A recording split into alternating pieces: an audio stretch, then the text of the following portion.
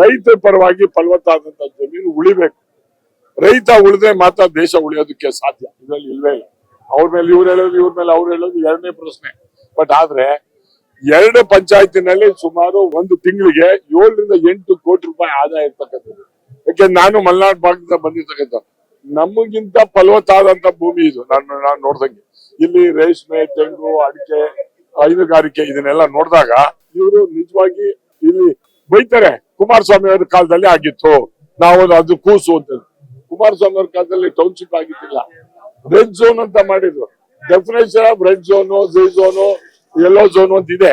ಅದು ಓದ್ಕೊಳಕ್ ಹೇಳಿ. Red zone ಅಂದ್ರೆ ಏನು ಅಂದ್ರೆ ಯಾರ್ಯಾರು ರಿಯಲ್ ಎಸ್ಟೇಟ್ ಇದೆಲ್ಲ ರೆಡ್ ಝೋನ್ ಪರ್ಚೇಸ್ ಮಾಡಂಗಿಲ್ಲ ಅಂತ. ಅದು ರೆಡ್ ಝೋನ್ ಅರ್ಥ ಅಂದ್ರೆ ಆ ರೆಡ್ ಝೋನ್ ಇರೋ ಹೊತ್ತಿಗೆನೆ ಇವತ್ತು ರೈತರ ಆಸ್ತಿ ಉಳಿದಿದ್ದು. ಇವತ್ತು ರೆಡ್ ಝೋನ್ ಮಾಡದೇ ಇದ್ರೆ ಇಷ್ಟೊತ್ತಿಗಾಗ್ಲೇ ಫಲವತ್ತಾದಂತ ಭೂಮಿನ ಎಷ್ಟೋ ಜನ ರಿಯಲ್ ಎಸ್ಟೇಟ್ ತಗೊಳ್ತಾ ಇದ್ರು. ಈಗ ರೆಡ್ ಝೋನ್ ಮಾಡೋದಕ್ಕೆ ಉಳಿದಿರ್ತಕ್ಕಂಥದ್ದು. ಇದು ಹೋರಾಟಕ್ಕೆ ಬಾಲಕೃಷ್ಣ ಕೂಡ ಅವತ್ತು ಕೈ ಜೋಡಿಸಿದ್ದಾರೆ. ಇವತ್ತು ಅದೇ ಬಾಲಕೃಷ್ಣ ಇದು ಟೌನ್ಶಿಪ್ ಆಗ್ಬೇಕು ಅಂತ ಬಂದಿದ್ದಲ್ಲ, ಮಂತ್ರಿ ಆಗಿದ್ದರು. ಅವ್ರ ಕ್ಷೇತ್ರಕ್ಕೆ ಹಾಕಿ ಮತ ಆಗಿರ್ತಕ್ಕಂಥ ಜನದ ವಿರುದ್ಧವಾಗಿ ಮಾಡ್ತಕ್ಕಂಥ ಒಳ್ಳೇದಾಗತಕ್ಕಂಥದ್ದು. ಪ್ರಾಯಶ್ಚಿತ್ತ ಯಾತ್ರೆ ಬೇರೆ, ಪ್ರಾಯಶ್ಚಿತ್ತ ಬಿಡಬೇಡಿ ಅಂತ ನಾವು ಯಾತ್ರೆ ಮಾಡ್ತಾ ಇದ್ದೀವಿ. ನಿಮಗೆ ಅಲ್ಪ ಕಾಲಕ್ಕೆ ಐಶ್ವರ್ಯ ಬಂದಾಗೆ ಸರ್ಕಾರ ಕೊಟ್ಟಿದ್ದಾರೆ, ಮುಖ್ಯಮಂತ್ರಿ ಆಗಿದ್ದೀರಿ, ಹೊಸ ಸರ್ಕಾರ, ಹೊಸ ಮಂತ್ರಿನಲ್ಲ. ಇನ್ನು ನೀವು ಕ್ಯಾಬಿನೆಟ್ ರಚನೆ ಮಾಡಿ ಇದನ್ನೇ ಕೊಡಕ್ಕಾಗಿಲ್ಲ. ಅದು ಇನ್ನೇ ನಿಮ್ದೇ ನೀವು ಹುಡುಕಿದ್ದೀವಿ. ಪ್ರಾಯಶ್ಚಿತ್ತ ಯಾತ್ರೆಯನ್ನು ಆಯ್ತಪ್ಪ, ಪ್ರಾಯಶ್ಚಿತ್ತಪ್ಪ, ನಾವು ತಪ್ಪು ಮಾಡಿದೀವಿ, ನಾವು ಪ್ರಾಯಶ್ಚಿತ್ತ ಅಂತಂದ್ರೆ ನಾವು ತಿಳ್ಕೊಳಕ್ ಹೇಳಿದೀವಿ, ನಾವು ರೆಡ್ ಝೋನ್ ಮಾಡಿದೀವಿ. ಅದು ಉಳಿಸಿ ನೀವೇ ಒಳ್ಳೆ ಹೆಸರು ತಗೊಳ್ಳಿ. ನಮ್ಗೆ ಮೇಡಮ್ ಕ್ರೆಡಿಟ್ ನೀವೇ ತಗೊಳ್ಳಿ. ಉಳಿಸೋದಕ್ಕಂತ ಮಾಡ್ಬೇಕು. ರೈತರು ವಿರೋಧ ಮಾಡ್ತಕ್ಕಂಥದ್ದು ಈ ಜಗತ್ತಲ್ಲಿ, ರಾಜ್ಯದಲ್ಲಿ, ದೇಶದಲ್ಲಿ ಯಾರು ಉಳಿದಿಲ್ಲ. ಇದು ಪ್ರಾರಂಭ ಅವ್ರಿಗೆ. ನೋಡೋಣ, ಜಮೀನ್ ಕೊಡುವುದು ಅಂತ ಹೇಳಿದ್ರೆ ಸರ್ಕಾರ ಕೊಡಕ್ಕಾಗ್ತದ? 512 ದಿನ 13 ದಿನ ಇವತ್ತಿಗೆ. ಈಗ ಹೊಸದಾಗಿ ಮಂತ್ರಿ ಆಗಿರುವಂತ ಬಾಲಕೃಷ್ಣ ಅವರು ಈ ಕಡೆ ತಿರುಗೇ ನೋಡ್ಲಿಲ್ಲ 512 ದಿನದಿಂದ. ರೈತರು ಕೊಡುವಂಗಿದ್ರೆ ಇಷ್ಟೊಂದು ಹೋರಾಟ ಯಾಕೆ ಮಾಡ್ಬೇಕಾಯ್ತು ರೈತರು? 512 ದಿನದಿಂದ ಊಟ ನೀರು ಏನಿಲ್ಲ, ಏನ ವಯಸ್ಸಾಗಿರುವಂತವ್ರಿಗಾರು ನೋಡಿ ಕನಿಕರ ಬರಲಿಲ್ಲ ನಮ್ಮ ಮುಖ್ಯಮಂತ್ರಿಗಳು. ದಯಮಾಡಿ ಈಗಲಾದ್ರೂ ಎಚ್ಚೆತ್ಕೊಂಡು ರೈತರಿಗೋಸ್ಕರ, ಈಗ ನೀವು ರೈತರ ಮಕ್ಕಳೇ ಅಲ್ವಾ? ಈಗ ಸದ್ಯ ಪಾದಯಾತ್ರೆ ಮಾಡ್ತಾ ಇದ್ದೀವಿ ರೈತರಿಗೋಸ್ಕರ. ರೈತರಿದ್ರೆ ನಾವು ಮುಂದಿನ ದಿನಗಳಲ್ಲಿ ವಿಧಾನಸೌಧ ಮುಖ್ಯ ಆಗ್ತಿವೆ. ರೈತರಿಗೋಸ್ಕರ ವಿಧಾನಸೌಧನ ಮುಖ್ಯ ಆಗ್ತಿವೆ. ನೀವು ಯಾವುದೇ ಕಾರಣಕ್ಕೆಲ್ಲ ನಮ್ಮ ಭೂಮಿನ ಈ ಕ್ಷೇತ್ರದಲ್ಲಿ ರೈತರು ದಂಗೆದ್ದವ್ರೆ.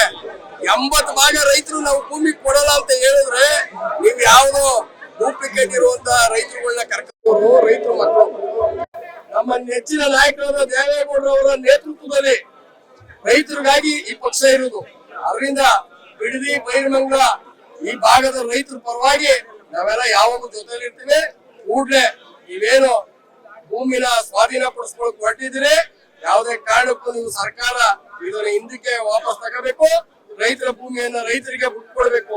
ಈಗಾಗಲೇ ಕೋರ್ಟು ನಿಮ್ಗಾಗ್ಲೇ ಹೈಕೋರ್ಟ್ ಕೂಡ ಹೇಳೋದು ಹೇಳಿ. ಇನ್ನಾದ್ರೂ ಬಿಡಿ, ಸಾಹಿತಿಗಳು ಬರ್ತಾವ್ರೆ, ರಿಟೈರ್ಡ್ ಜಡ್ಜ್ಗಳು ಬರ್ತಾವ್ರೆ, ಕನ್ನಡ ಪರ ಹೋರಾಟಗಾರರು ಬರ್ತಾವ್ರೆ, ಚಿಂತಕರು ಬರ್ತಾವ್ರೆ ರೈತರ ಪರ. ಅದನ್ನ ನೀವು ಎಚ್ಚರಿಕೆಯಿಂದ ಹೇಳ್ತಾ ಇದೀವಿ. ಕೂಡಲೇ ಈ ಯುದ್ಧ ವಾಪಸ್ ತೆಗಿಬೇಕು. ಇಲ್ಲಾಂದ್ರೆ ವಿಧಾನಸೌಧ ಮುತ್ತಿಗೆಯನ್ನು ಹಾಕಿ. ರಾಮನಗರದ ಪ್ರತಿಯೊಂದು ಸಂಭ್ರಮಗಳನ್ನು ಪರಿಶುದ್ಧವಾದ ಚಿನ್ನಾಭರಣಗಳಿಂದ ಅಲಂಕರಿಸಿದ ಎಂಎಸ್ ಗೋಲ್ಡ್ ಅಂಡ್ ಡೈಮಂಡ್ಸ್ಗೆ 8ನೇ ವಾರ್ಷಿಕೋತ್ಸವದ ಸಂಭ್ರಮ. ಈ ಸಂಭ್ರಮಕ್ಕೆ ತಮ್ಮ ಮೆಚ್ಚಿನ ಗ್ರಾಹಕರಿಗೆ ನೀಡುತ್ತಿದೆ ಆಕರ್ಷಕ ಆಫರ್ಗಳನ್ನು. ನೀವು ಖರೀದಿಸುವ ಚಿನ್ನಾಭರಣಗಳಿಗೆ 0% ವೇಸ್ಟೇಜ್. ಯಾವುದೇ ಡಿಸೈನ್ಸ್ ನ ಚಿನ್ನಾಭರಣಗಳು ಕೇವಲ 8% ಮೇಕಿಂಗ್ ಚಾರ್ಜ್ ನಲ್ಲಿ. ಅಲ್ಲದೆ ಡೈಮಂಡ್ ಆಭರಣಗಳ ಪ್ರತಿ ಕ್ಯಾರೆಟ್ ಮೇಲೆ 25,000 ರೂಪಾಯಿ ಡಿಸ್ಕೌಂಟ್. ಈ ಆಫರ್ ಆಗಸ್ಟ್ 14ರಿಂದ 17ರವರೆಗೆ ಮಾತ್ರ.